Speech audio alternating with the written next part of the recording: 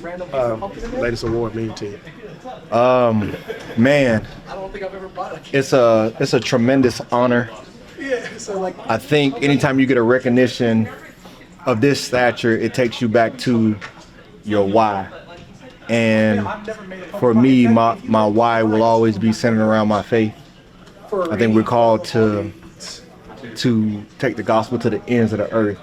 And I'm so grateful to this organization because of the platform that I have here. I'm able to do that. I'm able to have an intense local impact with partners like the 18th Ward. I'm able to have a national impact with partners like Stand Together. And because of like the Saints and our game, I'm able to have a worldwide impact with trips like going to Paris. And it's a tremendous honor to be able to get this award, but to be able to live out your why just is so rewarding. I'm very grateful to our game. This award is the highest honor that you can get inside of our game. Hold on one second. Hey, can we turn it down? Turn it off, man. Thank you. This award is the highest honor that you can receive in our game. I think it speaks to the person is named after, Walter Payton. He was a tremendous player on the field, and our game will always be around the product that's on the field. But even more important is the impact that we're able to have in the communities that we serve. And that's why I'm proud of our game. And this award embodies everything that our game is about. When you look around the 32 guys who are highlighted for this award, the first thing that's going to speak is their product on the field. These guys are elite players, most of them top of their position or top 5 of their position. And so their product on the field speaks first. But then even more, the impact that they're having off the field is either equivalent or greater than what they're doing on the field. And that's what our game is about. I was so proud of the NFL, and it was last year the Super Bowl was hosted here in New Orleans. And to be here hosting the world that's coming, in town for the Super Bowl, what you saw more than anything was the impact that the game was bringing to the community. It was not just about this great game that was happening on the field. All of New Orleans was uplifted. There were new fields being created. There was green environments, being planted. There was so much impact. Education system, resources were being pumped into the education system. And so what you saw was the community impact that our game has. When I got a chance to go overseas to Paris with the New Orleans Saints, before we even bring a game there, it's about going into the community. We went in the community, we were forming relationships with the people. We were helping bring awareness around flag football and youth flag football and girls flag football. And so what you see, what our game represents is not just having a great product on the field, but impacting the community. And I think that's what I'm most proud to be a part of. And that's why it's such a tremendous honor to me.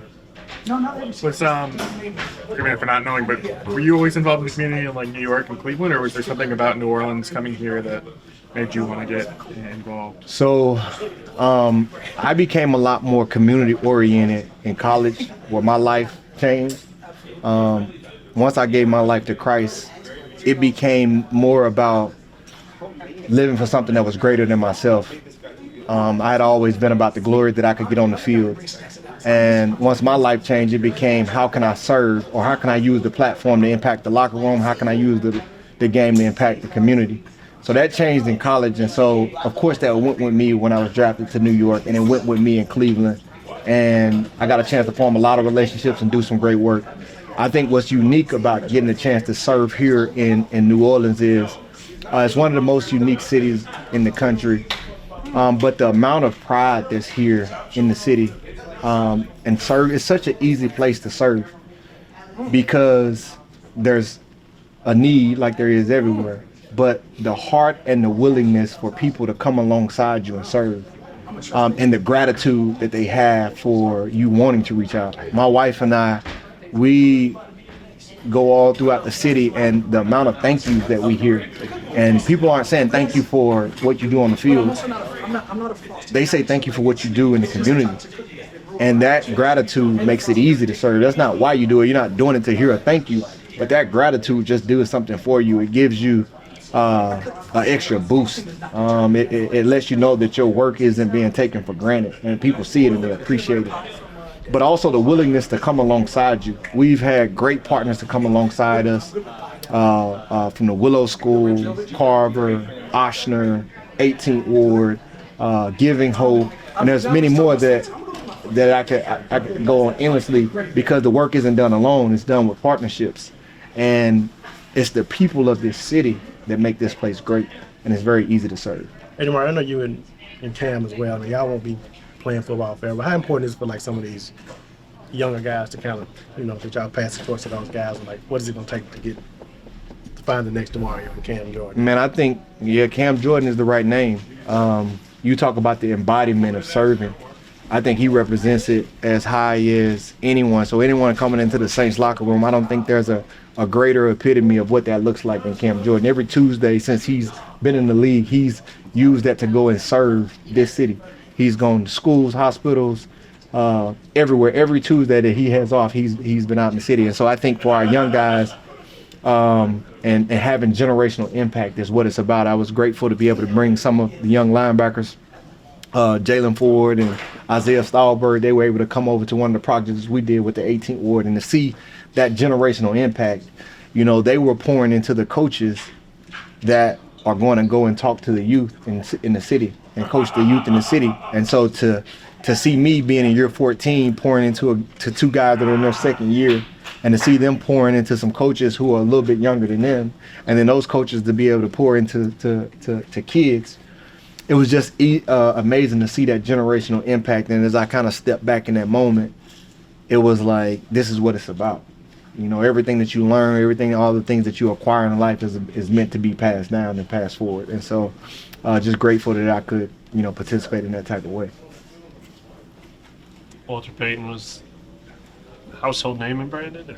Well, I mean, when you think about, when I was growing up, I took a lot of pride in being from Mississippi, because some of the greatest players at the most key positions were from Mississippi. And I was an offensive guy when I played, ball in high school, in middle school.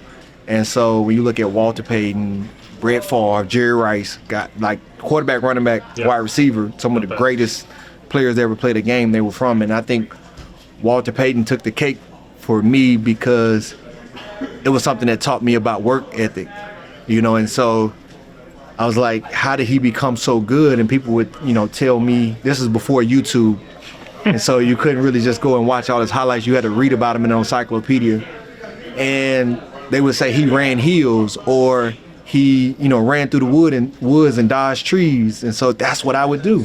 Like, I would go and find my neighborhood woods and go and dodge the trees. I would go to the hill at my school, and I would run the hills.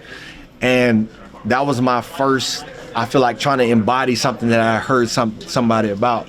And, as I got older and realized not only was he just sweetness on the field, it was also his kindness and his character that went before him.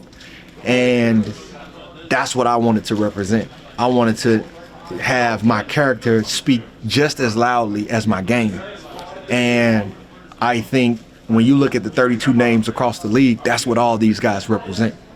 And so it's a tremendous honor. It's a great accomplishment, and I'm proud to be a part of one of those guys. But I do want to win the award, so y'all make sure y'all vote for me. How does one go about dodging a tree? What does that mean? Dodging a tree means running full speed and not running into the trees. So working on agility. You start hitting the trees once you switch the defense? You know what?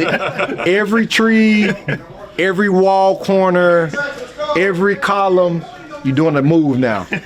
And so I was doing it at an early age just with my feet. Now I'm using my hands. Gotcha. All right. You left Fred McAfee off that list.